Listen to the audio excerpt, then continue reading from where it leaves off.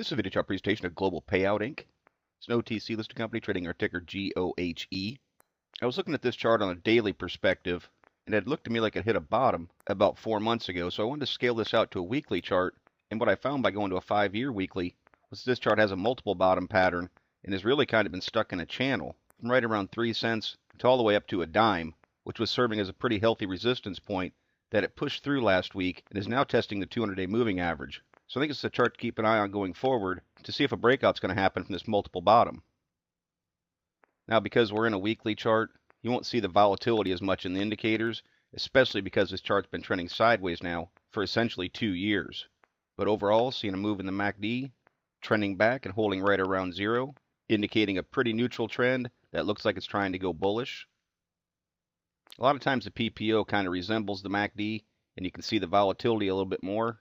But again, notice the uptrend. ADX is also climbing, breaking above 20 and heading towards a true trend at 30. Positive DI moving along with it, breaking through the ADX, indicating the strength is to the upward side of the chart. Seeing the money flow index, all three components rising over the last few months. 7 just now breaking through 50, signaling that people are starting to pay higher prices for the stock. Of course, what we always look for there is for the MFI to hold over top of 50 to indicate the price is holding above average prices. Accumulation distribution kind of in a box now for about 10 months, indicating buying and selling pressure is somewhat equal. I can get a little bit better view of that from the Chaikin money flow, which has been rising from lows and making higher lows and now pushing into the green, indicating over 20 period increments, which again, in this case, it's on a weekly perspective. Buying pressure is now outweighing selling pressure. CCI, the technical buy signal, comes on the break of 100. It's a hold until it breaks back down below 100. Full still, holding slightly above 50. That tells me that some bullish momentum is being sustained in the play. In the tricks, this is a good indicator to use in longer perspectives like this because the tricks is a very slow moving indicator as a gauge of trend. And again, moving upward and holding over top of zero indicates the trend is towards the bullish side of things.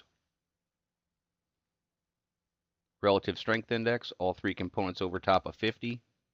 Again, that's what we like to see to show that bullish momentum is being sustained in the play. So the indicators are certainly leaning towards the bullish side of things. I'll go ahead and point out this bottom support right down there at 3 cents. And importantly, I want to point out this top end resistance at a dime. You can see how that was an area of support all the way back in 2010. And since it fell through that, been a definitive resistance point. And now with that push through it and testing this 200-day moving average, the chart's at an important point because the most bullish of charts are trading over top of the 50 and 200-day moving averages. And right now this chart's at the point to try and make that happen. So it's one to watch going forward because there's not more resistance in sight till up at those old highs right around 15 cents, which is a nice little upside from the closing price of 11 cents last week. Now beyond that, I'd look more up around 30 cents for some more resistance, maybe 25. Again, I'm not super concerned about something that's that far away, because from this chart's perspective, we're talking about a very slow moving rise. So I don't look for anything like that to happen tomorrow.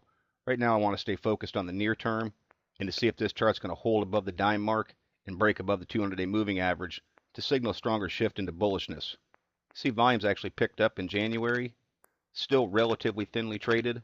364,000 shares traded last week. But that was actually pretty decent volume compared to average periods. So we'll just look for that to stay strong, because the more volume you can see on a breakout, of course, the more validating it is that this short-term uptrend is going to continue. So those are the type of things that I'll be looking for in the GOHE chart. But as always, it's merely my interpretation. Thank you for watching. Trade smart.